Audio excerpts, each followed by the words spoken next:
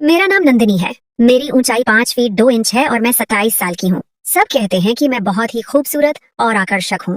मेरा चेहरा ऐसा है जैसे कमल का फूल खिला हो और मेरी आंखों में मस्ती भरी है। मेरे गाल गोल मटोल और भरे भरे हैं और मेरे होंठ शहतूत की तरह रसीले हैं। यह उस समय की बात है जब मैं लगभग 16 साल की थी और हमारी 10वीं कक्षा की बोर्ड परीक्षाएं सिर पर थीं। मैं कोई बहुत ज्यादा कमजोर छात्रा तो नहीं थी, लेकिन न ही बहुत मेधावी। मुझे परीक्षा की तैयारी के लिए किसी के मार्गदर्शन की जरूरत थी। मेरी मामी का बेटा विराट उससे पहले ही 10वीं कक्षा पास कर चुका था और वह हमारे घर से ज्यादा दूर नहीं रहता था। मैंने अपनी माँ जी से कहा कि वह विराट से बात करें कि वह मुझे कुछ देर पढ़ा दिया करें। इस तरह मुझे ट्यूशन के लिए दूर नहीं जाना पड़ेगा, आने जाने की परेशानी भी नहीं होगी और समय भी बर्बाद नहीं होगा।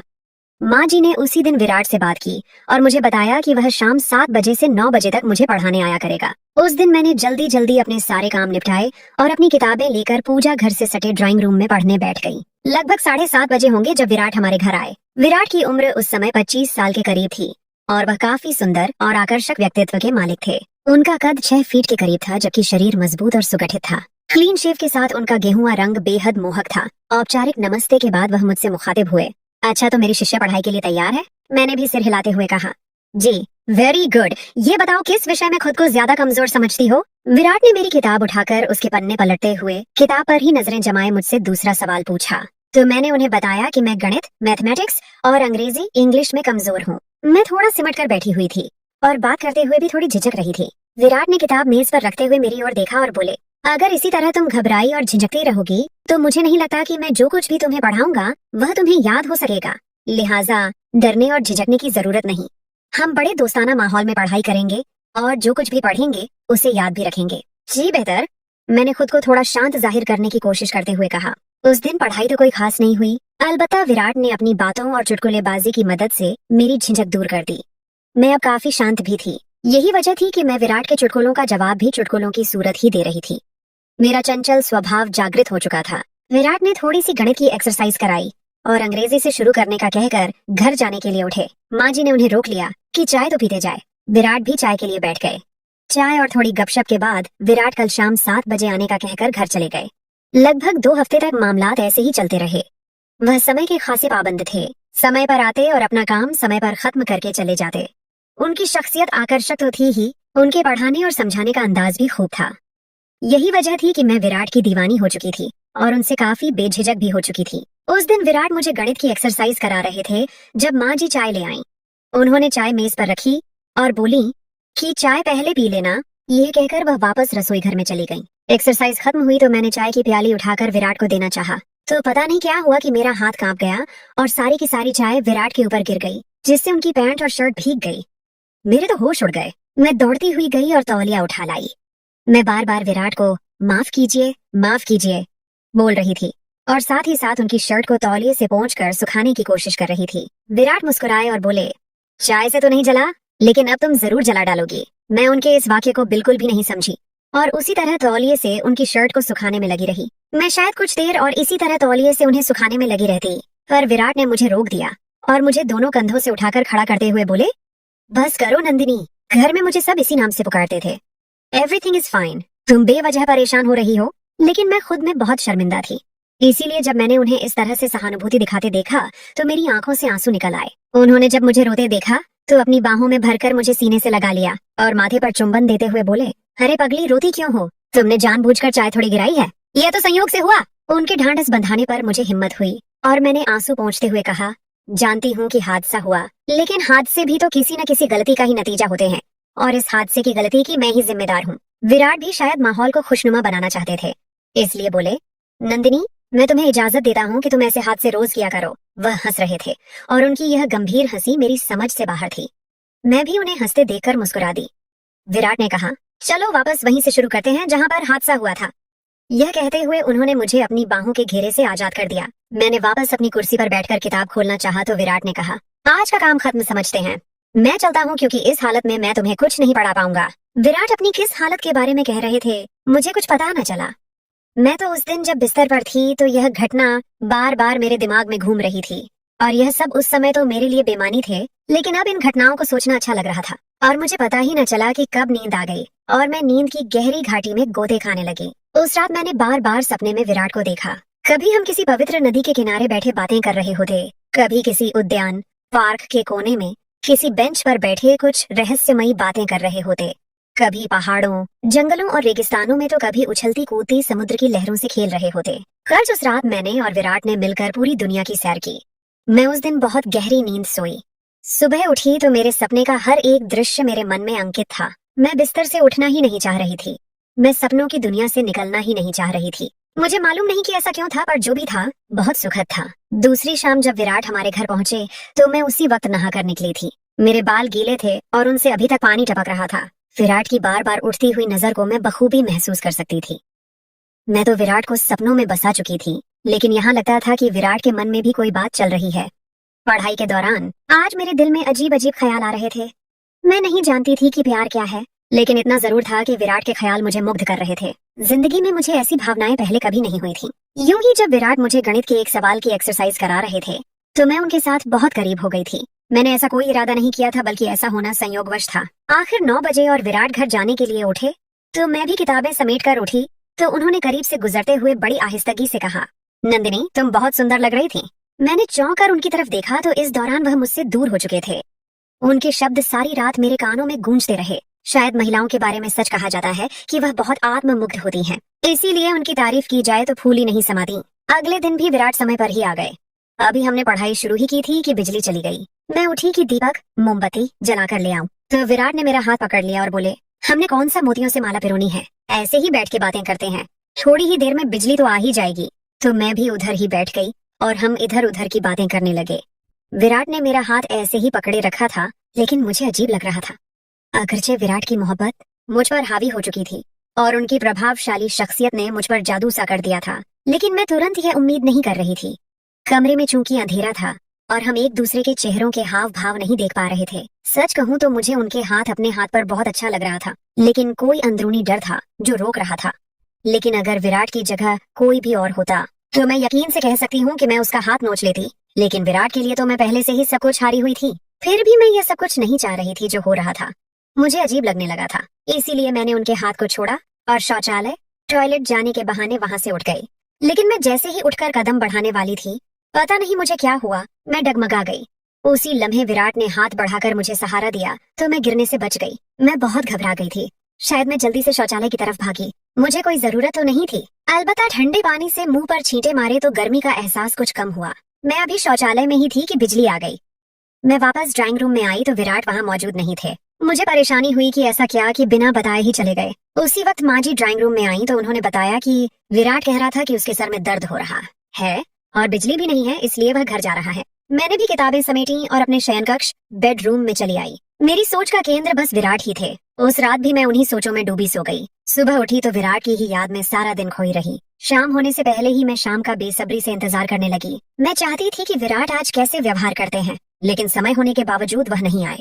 मैं इंतजार करती रही, लेकिन मेरा इंतजार बस इंतजार ही रहा।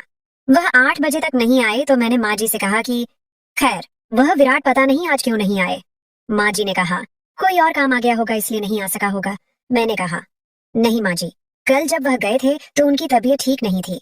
क्या पता वह अभी तक ठीक न हुए हों। अब मासी जी मामी को फोन करके उनका पता तो करवाएं। माँ जी को भी जैसे कुछ याद आया तो उन्होंने मासी जी को फोन लगाया। तब मासी जी ने बताया कि विराट तो कल से सख्त बुखार में तप रहा है। मुझे मालूम हुआ तो सख्त बेचैनी हुई। दिल चाहा कि अभी जाऊं और उसका बुखार खुद पर ले लूं, लेकिन मैं उस वक्त क्या कर सकती थी। सुबह मैं माँ जी को साथ लेकर उनका पता लेने मासी जी के घर गई तो देखा विराट वाकई बुखार की वजह से बिस्तर में पड़े थे। थोड़ी सी औपचारिक बातचीत के बाद मैं उधर ही बैठ गई। मासी जी और माँ जी भी साथ बैठी अपनी बातों में मसरूफ हो गईं।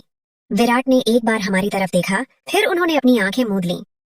हम मासी जी और माँ जी की मौजूदगी में कोई बात नहीं कर सकते थे, इसीलिए हम खामोश बैठे थे, जबकि मासी जी और माँ जी बातें कर रहे थे।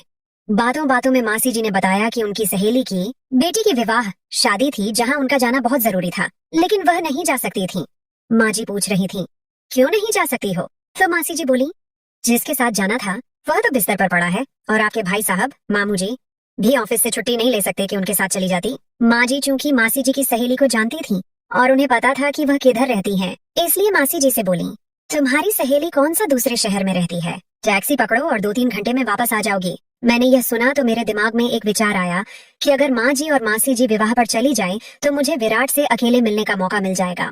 यही सोचकर मैंने भी माँ जी की तायद में कहा, मासी जी, अगर आपकी सहेली इसी शहर में रहती है तो तब आप जरूर जाएं। विराट की फिक्र न करें, 2-3 घंटों तक हम उनकी देखभाल तैमूरदारी कर लेंगे।